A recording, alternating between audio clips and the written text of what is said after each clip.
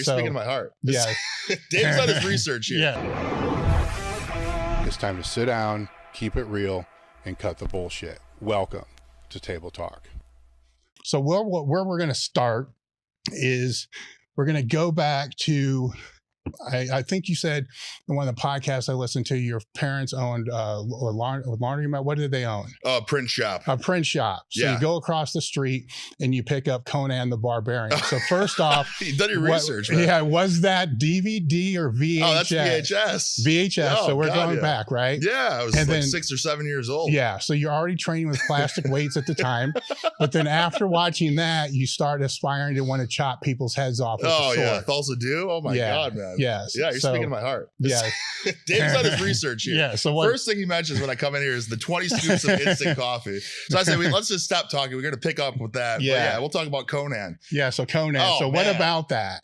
So, brother, I mean, a 7-year-old, you're getting Conan, you're getting Arnold Schwarzenegger just sliced and diced, the most, bulbous man you've ever seen, Mm-hmm. with the glorious long hair and a freaking long sword. You know what I mean? Like, I don't know what it was. It just spoke to my heart, but I watched that VHS like every day.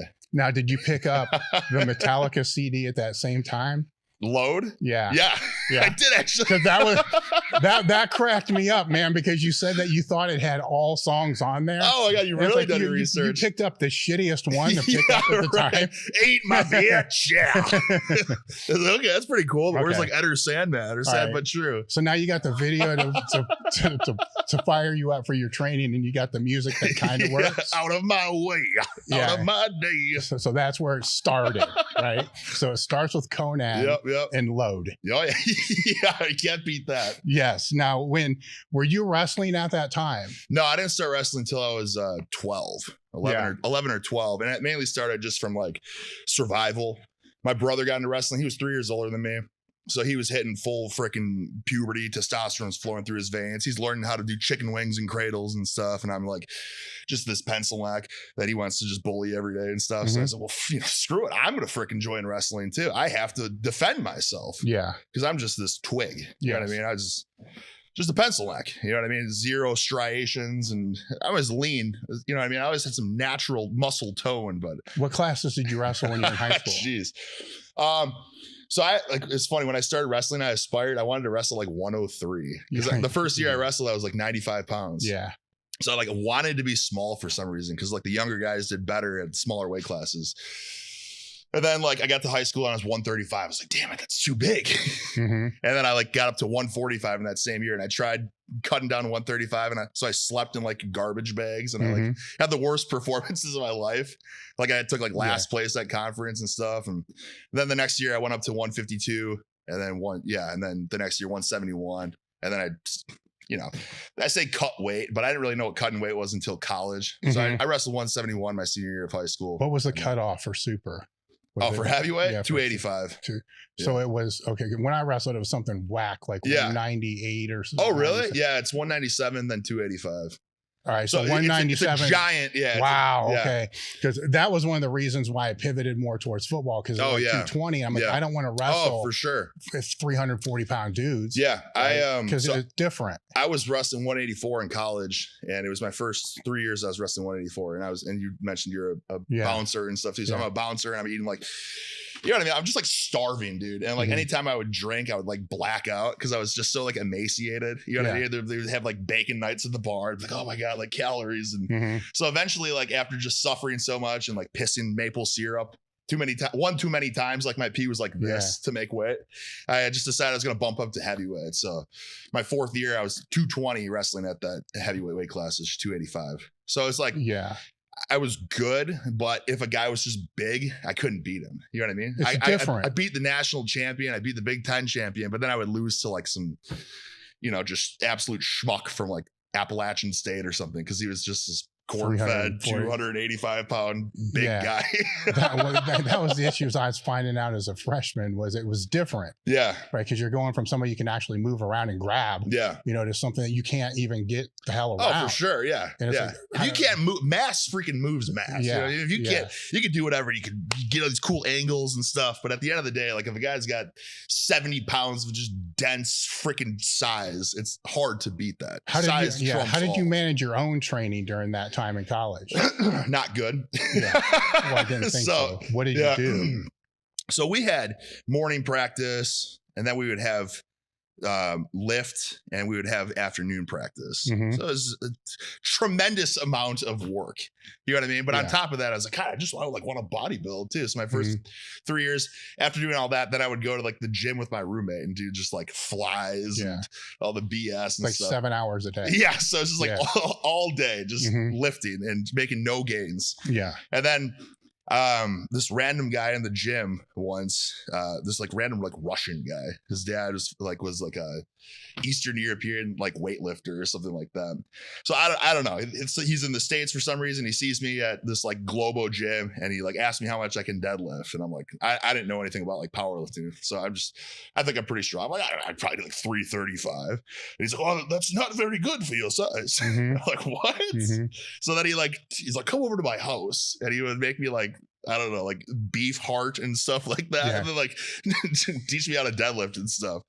So then that last year, going into my senior year, I bought these I went to hardware stores and bought like PVC pipes and like, I don't know, just like metal pipes and stuff. And I tried to make like my own like fat grips. And I bought this just really shitty rack that I ended up using for like 15 years. It's like rated for like 300 pounds or something. And I would just do like rack pulls and deadlifts and bench and like pin press and all just kind of like those movements. And I was like, fuck, yeah, it's so much stronger. So then what I would do, I realized this is like my nervous system would get so much stronger training that way. So then what I would start doing then is like, oh man, I would do that on my own, and I would do all the other stuff too. But then I was like, I feel so much stronger after I do like these like, I don't know, like low like block pulls and stuff. So I would then before my like meet my dual mates, I would like do like powerlifting before the dual meet, because I wasn't cutting weight at that point. I was wrestling heavyweight, but it's like I did not know how to manage my So how did it change during your off season then? I just did more. But did you gain more? I mean, were you able to get stronger? Because now you're pulling all the wrestling practice out. You mean like afterwards? Yeah. After wrestling? Well, when the season was over for that year. Oh, yeah. I always gained like 20 pounds. Yeah. Yeah. Because it weren't just, digging you in the ground, just killing you with work. Yeah. So was there any point during that time where you were like, screw the wrestling, I just want to do this other stuff? At first, well, like my first few years, I wanted to quit. Yeah. It was hard, and I was just getting mopped on the floor with you know what I mean? Because I was like, when I was 18, I thought I was pretty good. Everyone in a Division I, Big Ten program is like multi-state champions or like national champions in high school and stuff. So I'm like this, state champion, Greco state champion, folk style state champion. I think I'm pretty good. And then like first practice, I'm wrestling against like the third stringer. He like pins me in like 30 seconds. So it was like just years of, having to develop and just learn how to get tough and stuff. Yeah. So after my last couple of years, I was all in, but my first few years, it was tough. And I think that's why I was just like. You think it was necessary though? Because you go from a state champion. Thinking you're the shit. Yeah. And then getting knocked right back down. There's nothing better than that. That's why wrestling's so great. Yeah. There's always someone better. And it's just like mano y mano. And you just realize that like, I don't know. It doesn't matter like how strong someone looks too. Somebody could be just a string bean pencil neck and just kill you. You know what I mean? Were you ready for it to be over? Because that's 10 years. Oh my God, Well, it was 10 years of your life, so it's kind of part of your identity too. Yeah, right? Yeah. Well, I stuck around for 2 years, and after I graduated, they wanted me to, because I was all into lifting. They knew I just loved lifting so much, and I got pretty strong and pretty jacked too. So like, let's just keep them on board to do the strength and conditioning for our team. And it's funny, man, because I just like. Everything that I learned then, I just like pushed on these kids. Yeah. And so I just had them, dude, they got so strong because everything they were doing was just like it was like we had the football strength and conditioning coach work with the wrestling team because obviously football is the, big revenue sport and all that. So it's like wrestling doesn't need to have its own coach, whereas football has like 20 strength coaches. You know what I mean? So it's like, just give one of the football guys. So the football guy doesn't care about the wrestling program. They're just doing their job, just getting them through it. And they would just do like, I think we did like, just like an upper lower split. It was like lower body Monday, upper body Tuesday, and then like a active recovery day Wednesday. And then, something on Wednesday or Thursday was usually dual meets. Yeah. And then it was like Friday was traveling for like dual meets or tournaments or something too. So it's just, So they just didn't want you to get hurt, basically. What'd you have them do different? Oh, dude, I just made them grind. Just like so many deadlifts, Zercher squats, and all this kind of just going heavy. Like, because their whole these strength coaches just didn't want these kids to get hurt. You know what I mean? 'Cause that's their job. Like, all right, let me just get them through their workouts. So you didn't give a shit. I didn't care because I knew all these kids and I was young and dumb. Yeah. So I'm like, God damn it, come on! Like rounded backs and hitching deadlifts up. But they got strong and they all got too big. So the coach is like yelling at me because you don't want to get big in wrestling. You want to stay in your weight class. Did it help their performance though? Yeah. Everyone felt so much stronger. Their grip strength, their backs got jacked.